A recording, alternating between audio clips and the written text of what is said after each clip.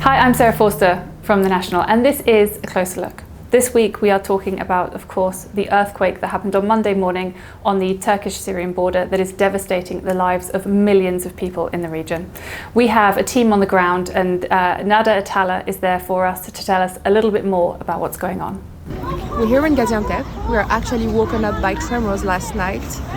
The road was pretty damaged to arrive here. We saw lots of people leaving as well. The situation is here that the streets are mainly empty. The only people left are queuing. They're queuing for bread, they're queuing to withdraw money, they're queuing for petrol. The city has also been without water for 3 days, so people are trying to fill up bottles from public fountain. That's actually happening just right behind me. We're here in a makeshift camp. We spoke with some people here, they're mainly Syrians. They told us that their house has been partially destroyed, or there's been cracks in their walls, so it makes them not safe, so they cannot really come back to their place. They're really scared. They've been here for 3 days. They told us that they haven't received any help, and they have no idea how long they're gonna stay here. So just around 4 a.m. Local time on Monday morning, you had this huge earthquake. It's the biggest earthquake now in the last decade. It's affected, the UN thinks, up to 23 million people. The death toll is jumping, pretty much hour by hour. We're getting huge increases. It's now past 10,000. It's looking like 11 or 12,000 people have been killed already. Many times that will have been injured. So the first quake struck at around 4 a.m. That's particularly devastating because most people will have been asleep. So they're in their apartment blocks, they're asleep, they're not able to respond quickly when this earthquake happened. If it's in the middle of the day, maybe people can get outside quickly, get away from falling buildings. If it happens at night, you're asleep, you're most vulnerable. So about 11 minutes later, there was the first aftershock. And then pretty much constantly for the next 12 to 24 hours, you're getting more and more aftershocks. Around 12 hours later, there was another one that was almost the same size as the original quake. So we're talking about more than 200 aftershocks that you could feel in Lebanon, in Syria, in parts of Iraq, in Greenland even. There were, you could feel these tremors. So this is a huge earthquake that's devastating huge areas of Turkey and of Syria. What are people doing now? On the understanding that maybe they did manage to get out of their house in time, out of their apartment block in time, what kind of conditions are they looking at now? Yeah, this is it. You've got kind of two crises now taking place at the same time. You've got, rescue teams still going through the rubble. They're looking for survivors, and people are still being brought out, as well as large numbers of people who have passed away. But the second crisis is really, what now do these people do? They've got no homes, they've got no possessions, they haven't got warm clothing. We're talking about areas with, snowfall at the moment, temperatures are around freezing, it's been raining, so you've got people who are already vulnerable. They're in a stressful situation, and then compounding that is now essentially a humanitarian response to deal with these people, finding them shelter, finding them food, making sure that these people are okay and that they don't have, ongoing, perhaps less serious injuries, but broken bones, and concussions and things. So yeah, there's a humanitarian response happening as well. Of course, because it's not like this has happened in a sort of particularly wealthy part of the world where everyone was sort of happy and getting on with their lives. These people have already been through so much. Absolutely. This is it. In Turkey, we've got, a devastating situation. 6,000-7,000 buildings that we know of have collapsed. Tens of thousands of people made homeless. But the situation across the border in Syria is in many ways exacerbated by the more than 10-year conflict that's been taking place there. So you've got people who are living in Idlib province that may have been displaced 3, 4, 5 times, that have fled ISIS, that have been living under a brutal bombing campaign, that have lost everything, and now this. They didn't have savings, they didn't have possessions to run away with. These people are now without anything, and we, until today, the border crossing between Turkey and Syria, which is the main route for all aid entering this part of Syria under rebel control, has been closed because it was too badly damaged. That means rescue teams that are arriving from all over the world, 70 countries have sent rescue teams to Turkey. They haven't arrived in Syria yet. Aid is not crossing that border yet. And that means that these people in Syria have nothing and no one is coming to help them.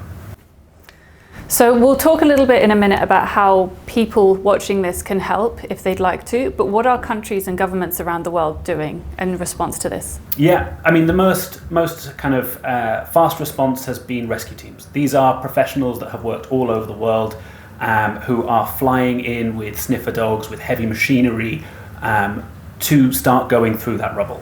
So that's kind of been the first level of response.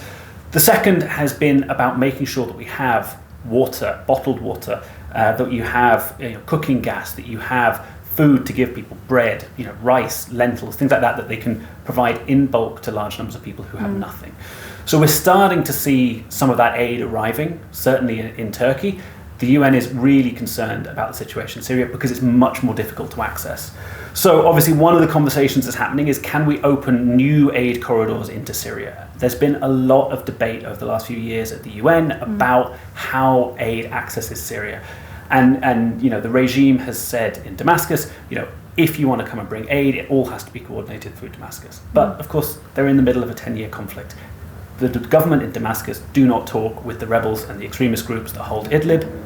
There is no route through. So unless there's some sort of breakthrough there and somebody agrees to open up a corridor, you're really looking at aid coming in through Turkey. And that's going to be a big conversation in the next few days. Just to go back to the conditions that these people are facing, I think sometimes what we can forget here in the UAE is that they don't have the same weather as us. No, absolutely. I mean, it's wet, it's cold, it's snowing. In the immediate aftermath, one of the first things that certainly Turkish responders were doing was trying to clear roads of snow, but before they could even start to look at, are these roads damaged? Are these roads even passable? If you're going to be bringing big trucks through, is that going to cause subsistence? So there's a lot of problems here. And yeah, people are now in the street, living in tents, living on just, on park benches in freezing conditions. So I'm sure everyone's heart is breaking as much as ours are for the people going through this. What can people do to help? It's a really good question. At the moment, in the immediate aftermath, the Turkish government was sort of saying, yes, there will be appeals, there will be ways for you to get involved, but right now what we need is millions and millions of dollars really, really quickly, because that's what the governments need, and that's government to government, that's international organisation to government. But we are starting to see a lot of local organisations and international organisations like the Red Cross and Red Crescent societies that are starting to open up funding pathways for people who want to get involved.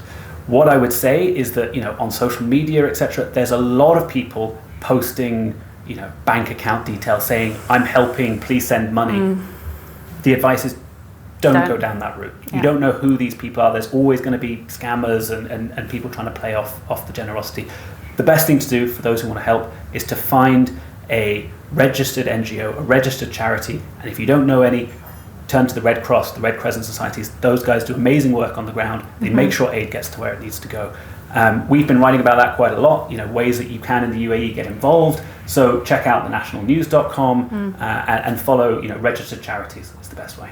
Yeah, and governments certainly are pouring money in from all over the world. I know just in the last couple of days, Sheikh Mohammed bin Rashid sent 50 million dirhams to Syria. I know President Sheikh Mohammed bin Zayed also sent 100 million to both countries. So the money is going there. It's just as you say, we need this aid to get through, and we need to get it to actually the people that need it. Totally. I mean, absolutely. There's a logistical challenge, and there's the financial, and of course, this will also go on for years.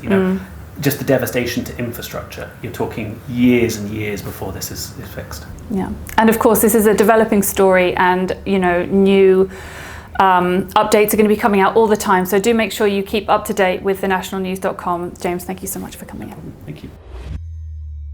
That's it for this week's episode of A Closer Look from right here in the newsroom. Remember, you can keep up to date with all the latest news of the situation on our live blog on our website, thenationalnews.com.